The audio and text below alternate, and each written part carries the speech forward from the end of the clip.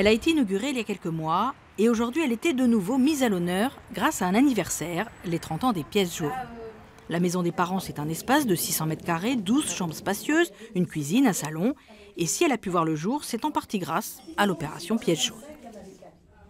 On lui doit beaucoup. La maison a coûté 2,4 millions d'euros et les pièces jaunes ont donné quand même la somme considérable de 320 000 euros, ce qui constitue 15% de notre investissement. Il nous reste à acheter des parasols, on a déjà de nos financeurs.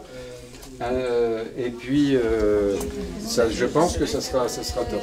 La maison des parents, c'est pour des parents qui viennent de loin et pour des enfants qui vont être hospitalisés 8 jours, 15 jours. Et là, la vie devient compliquée. Vous ne pouvez pas rentrer si vous habitez à 100 km, vous ne pouvez pas rentrer tous les jours. Donc les parents se retrouvent dans une maison avec une chambre, vous avez vu des chambres, bon alors je veux dire avec un peu des couleurs, un peu comme un joli petit hôtel, mais surtout le principal c'est que le soir, les parents dans le cadre de la grande cuisine, de la salle à manger, ils vont rencontrer d'autres familles. Donc ils ne sont pas enfermés dans une solitude, ils ne sont pas seuls face à la maladie de leur enfant. Et parce qu'on fêtait un anniversaire, le hall de l'hôpital s'est transformé en salle de concert le temps d'un après-midi. Sur scène, plusieurs artistes se sont succédés, dont la gagnante de la 5e saison de la Starac, Magali Vahé. Une fête pour un sacré bilan. En 30 ans d'existence, plusieurs millions d'euros ont été levés grâce aux pièces jaunes. 8 700 projets ont été financés, 450 hôpitaux en ont bénéficié. Et pour aller plus loin sur le sujet, on écoute Danuta Peter, déléguée générale de la Fondation Pièces jaunes. 3 questions posées par Bérénice Dufay.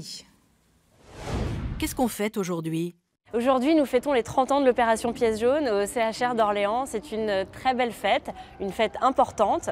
En 30 ans, nous avons pu réaliser beaucoup de projets, mais il nous reste encore énormément de projets à accompagner au bénéfice de l'hôpital public en France. Quelles sont les missions de la Fondation ? Alors, le rapprochement des familles, c'est le champ d'action historique des pièces jaunes. Faire en sorte que les papas et les mamans puissent rester en toute proximité de l'enfant hospitalisé. Et nous avons contribué à beaucoup de projets en ce sens. Nous continuons à être très sollicités pour construire des maisons des parents, financer des chambres parents-enfants, acheter des lits accompagnants.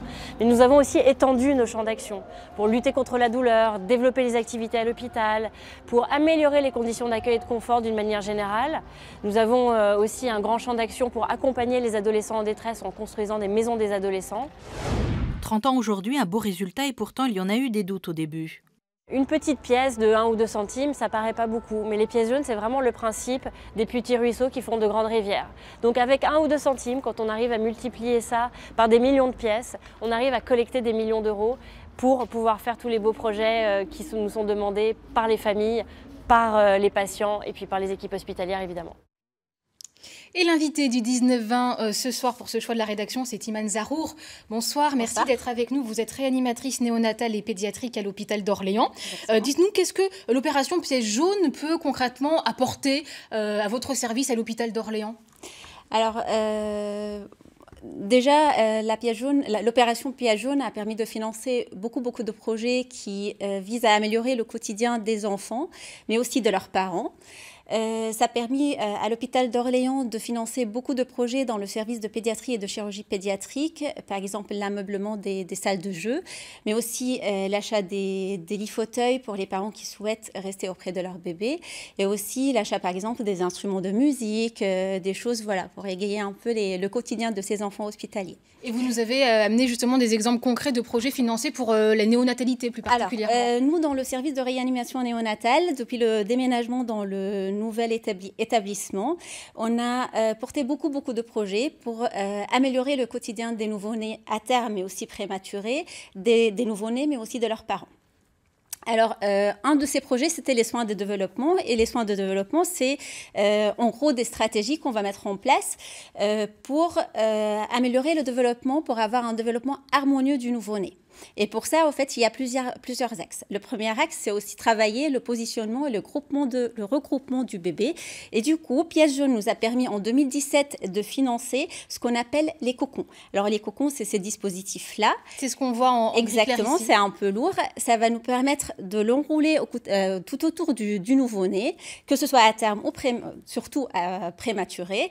Et ça va le rappeler un peu la position fœtale, tout en favorisant le regroupement, mais aussi de maintenir une liberté de mouvement. Voilà. Le deuxième axe du projet de soins de développement, c'était aussi de diminuer tout ce qui est nuisance sonore, donc tout ce qui est bruit, mais aussi tout ce qui est agression de lumière. Donc c'est pour ça... Un autre projet a été financé par l'opération Pièce jaune. En 2018, c'est les cages couveuses. Les cages couveuses, c'est ce qu'on voit ici, c'est les tissus qu'on va mettre sur les couveuses qui vont diminuer déjà les agressions par la lumière tout en permettant de respecter le cycle jour-nuit de l'enfant. Et aussi, c'est un tissu spécial qui va diminuer aussi les agressions sonores. Alors vous, en tant que vous qui travaillez au quotidien dans ce service, qui êtes confronté justement à tous ces enfants, ces nourrissons, parfois ces grands prématurés, vous le constatez au quotidien, ce bénéfice et tout cet argent qui est mis pour l'hôpital public? Bien sûr, c'est un projet qui nous tenait à cœur, qu'on a développé dans le nouveau service.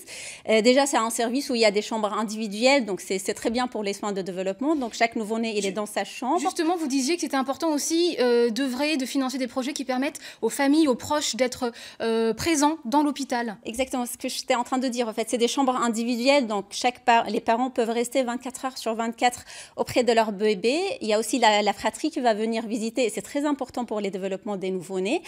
Surtout, parfois, c'est des hospitalisations très prolongées, surtout pour les enfants très prématurés.